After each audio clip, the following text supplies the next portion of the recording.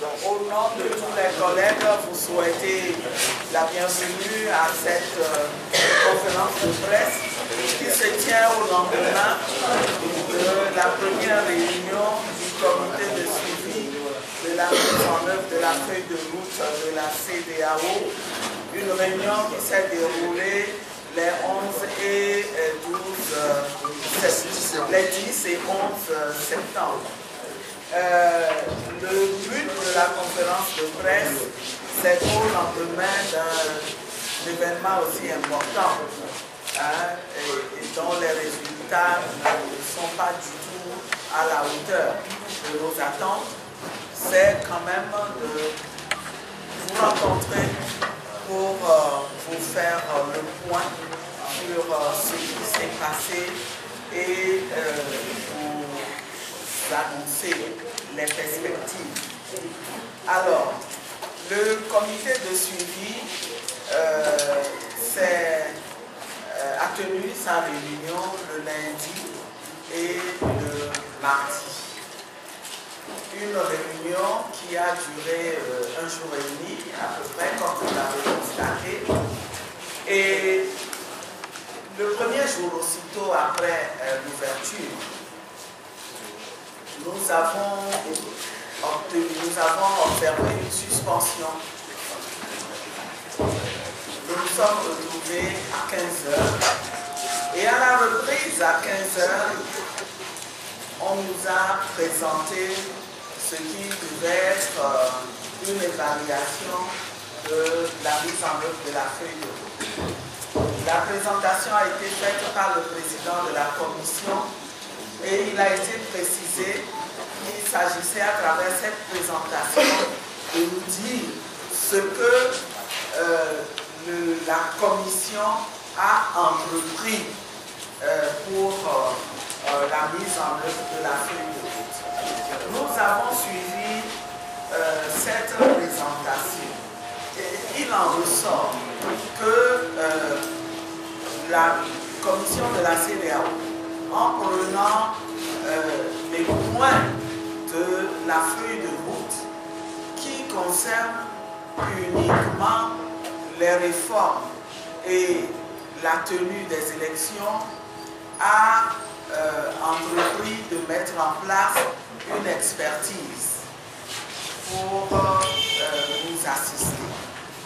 On nous a donc annoncé qu'il y a un expert juriste qui va aider, assister dans la mise en œuvre des réformes constitutionnelles, qu'il y aura 2 autres experts électoraux qui vont aider dans le recensement qui doit être un recensement biométrique intégral, et on nous a annoncé qu'il y aura 20 observateurs électoraux qui vont faire une observation de long terme et qui seront présents au Togo à partir du 17 septembre.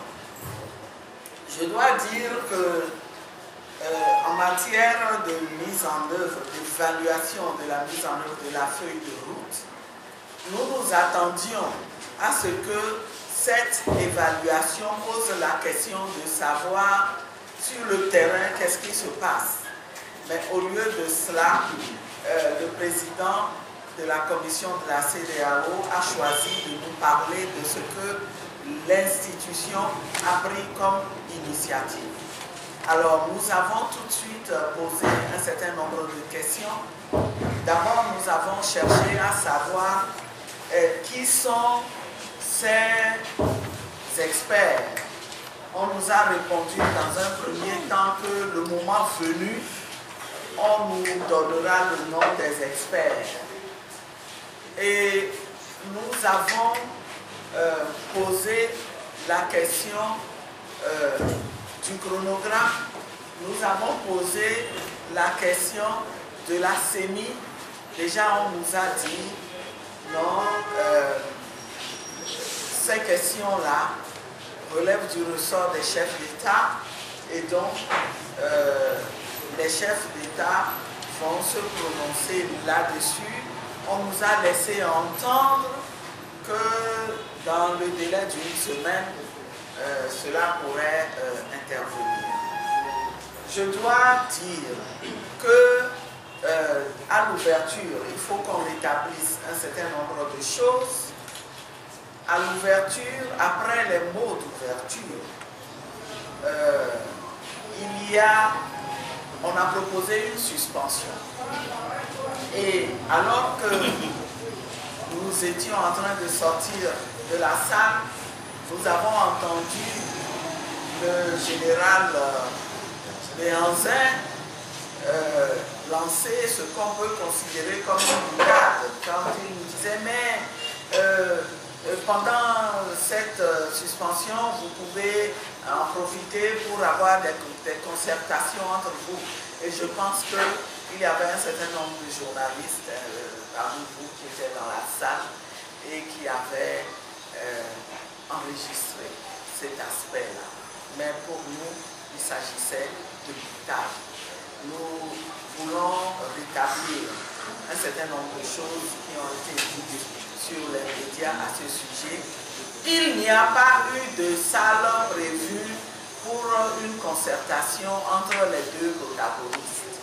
C'est la coalition qui a pris sur elle, à la veille de la réunion, d'aller demander à la CEDEAO de nous réserver une salle pour que nous, coalition, nous puissions nous concerter. Vous savez que la délégation est limitée et la composition de la délégation est limitée à un certain nombre de représentants.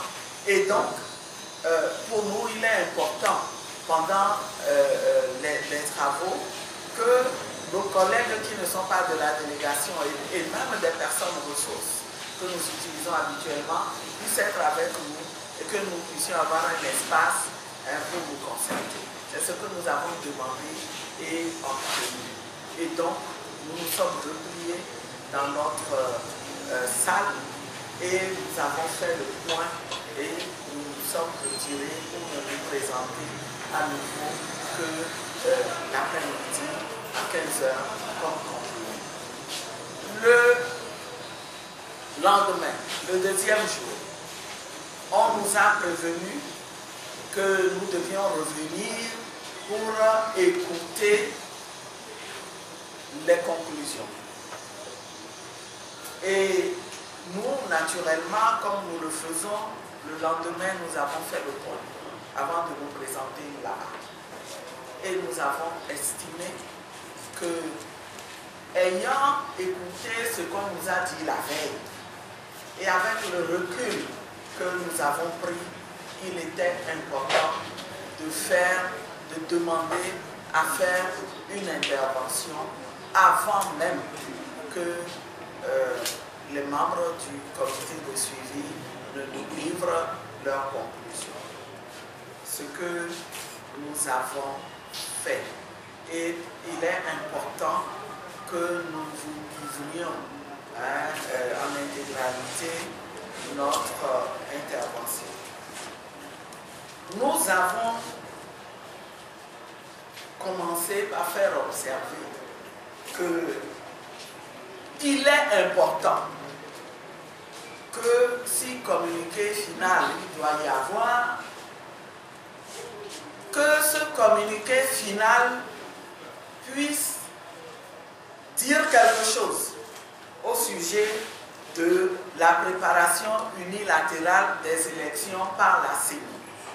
Nous avons dit plus précisément que le communiqué final doit pouvoir informer les populations de l'arrêt ou de la suspension de la préparation unilatérale des élections. Et nous avons expliqué au président de la commission que lui-même avait dit que les Togolais attendent beaucoup de cette première réunion du comité de suivi. Et que ce qu'ils attendent, ce n'est pas qu'on leur annonce qu'on a recruté des experts. Ils attendent qu'on leur dise, nous avons observé qu'il y a une préparation unilatérale des élections qui est en cours, cette préparation unilatérale doit cesser. Doit cesser en attendant que nous adoptions un chronogramme. C'est ce que les Togolais attendent. Et en deuxième point, nous avons abordé la question du chronogramme. Nous lui avons rappelé que lui-même, au cours de la réunion du 8 août, qui avait annoncé la première réunion du comité de suivi, il avait ajouté que cette première réunion du comité de suivi permettrait de sortir avec un chronogramme. Et que pour nous, il est important que la question du chronogramme revienne également sur le tapis et trouve une résolution. Que pour nous, il s'agit d'un chronogramme global qui doit couvrir la mise en œuvre de tous les points de la feuille de route. Un chronogramme qui commence par dire quand est-ce qu'on va libérer les détenus et qui parle des autres mesures d'apaisement, notamment le retour des réfugiés et l'arrêt de tout ce qui est harcèlement. Un chronogramme qui dise aux Togolais quand est-ce que, quel est le deadline pour faire les réformes constitutionnelles, quel est le deadline pour faire les réformes institutionnelles, quel est le deadline pour faire les réformes électorales, et ensuite un chronogramme qui reprendrait les tâches de préparation des élections une à une et qui fixerait une date. Nous lui avons dit que les Togolais attendent ça aussi. Autrement, nous naviguons à vue. Les Togolais ont l'impression qu'on navigue à vue. Nous avons même ajouté que le premier comité de suivi devrait être composé des Togolais. Ce sont les Togolais qui représentent le premier comité de suivi et ils ont besoin de cet outil-là pour suivre ce qui se passe, parce qu'ils sont les premiers concernés. En troisième point, nous sommes revenus sur la question des experts et nous leur avons dit, on vous remercie d'avoir pensé à organiser déjà l'assistance au processus à travers des experts. Mais nous avons deux choses à dire. La première, c'est que nous aurions aimé que dans le processus de sélection des experts, que nous soyons consultés. Parce que nous considérons que si on veut mettre des experts à la disposition du Togo, c'est pour résoudre en partie la question du manque de confiance entre parties prenantes. Et si on veut résoudre cette question effectivement, la moindre des choses serait que nous soyons associés au processus de sélection de ces experts-là. Et nous avons demandé, maintenant qu'on en a recruté quelques-uns, il faut qu'on nous communique le CV de ces experts-là pour que nous puissions l'examiner et que nous puissions nous prononcer sur le recrutement de ces experts. Et le deuxième point abordé, c'est que nous considérons que l'assistance électorale qu'ils ont prévue ne saurait se résumer à ces quelques deux experts et 20 observateurs. Et justement, si on avait adopté une démarche participative pour renforcer la confiance, eh bien, nous aurions indiqué qu'il y a d'autres domaines dans lesquels on a besoin d'assistance. Et donc, nous les prions d'en tenir compte pour la prochaine fois. Nous espérons qu'il y aura un moment où nous allons nous asseoir pour discuter de la question des experts. En quatrième point, nous avons conclu pratiquement en leur disant que pour nous, là, il est très important que le communiqué qui va sanctionner cette première réunion du comité de suivi mentionne la question de la CENI et montre aux Togolais que cette question a été résolue. C'est vraiment le minimum, sinon nous ne nous associerons pas du tout à ce communiqué-là. Et nous avons fini en faisant une mise au point au sujet d'une remarque que le ministre de l'Administration territoriale a eu à faire la veille au sujet des arrestations de militants du PNP alors qu'ils étaient en réunion. Et le ministre a laissé entendre que ces arrestations se justifient par le fait que le PNP n'a pas respecté l'article 6 de la loi sur les manifestations publiques. Nous avons déploré l'image que l'on veut présenter des responsables que nous sommes. Dans l'opposition, on veut nous dénigrer pratiquement en faisant croire que nous ne connaissons pas la loi et que nous ne respectons pas la loi. Et nous avons démontré que pour ce faire, on a fait comme d'habitude une lecture partisane de la loi et que le ministre de l'Administration territoriale s'est arrêté à l'article 6 alors que, en regardant l'article 7, on voit très bien que l'article 7 mentionne que quand il y a des manifestations répétitives, on n'a pas besoin d'informer l'autorité administrative. Et c'était vraiment le cas avec la réunion du PNP, qui était une réunion de parti organisée dans un domicile privé. On ne va pas, où dirions-nous, si on devait à chaque réunion interne des partis politiques, juste parce que la réunion n'a pas lieu au siège, on va écrire à chaque fois à l'autorité administrative. Et c'est par là que nous avons terminé en réinsistant encore une fois sur la question de la CENI. Alors, le ministre Bawara, la délégation adverse, a pris la parole pour dire qu'il se réserve le droit d'intervenir, qu'il veut d'abord écouter ce que les membres du comité de suivi ont dit. Alors les membres du comité de suivi ont pris la parole pour nous dire que nous avons raison. Tout ce que nous disons est pertinent, on peut le comprendre, mais que vraiment, eux qui sont membres, du comité de suivi n'ont pas le pouvoir de décider. Non. Ils promettent encore une fois de rapporter nos préoccupations aux chefs d'État pour qu'eux puissent prendre des décisions sur ces questions-là.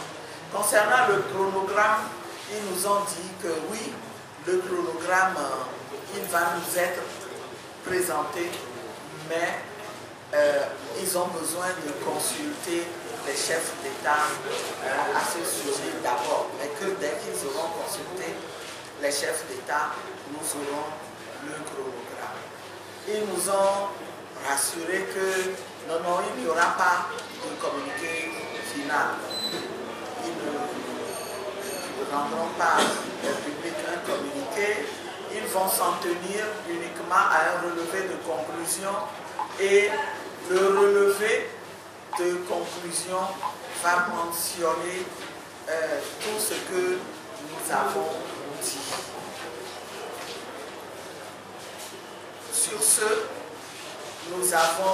ils ont insisté pour lire le relevé de conclusion parce que nous voulions reprendre la parole, mais ils nous ont dissuadés d'intervenir et ont présenter le relevé des conclusions. Nous avons aussitôt repris la parole pour corriger un certain nombre de choses dans le relevé des conclusions. Notamment un passage qui semblait dire qu'il y a un expert consultant qu'on a recruté et qui est en train de faire un audit du fichier électoral. Nous avons dit non, ce n'est pas ce que vous avez dit. Vous avez dit que cet expert-là, vous allez le recruter quand les deux experts électoraux auront aidé à faire le recensement biométrique et que le fichier électoral sera constitué. Eh bien, un autre expert passera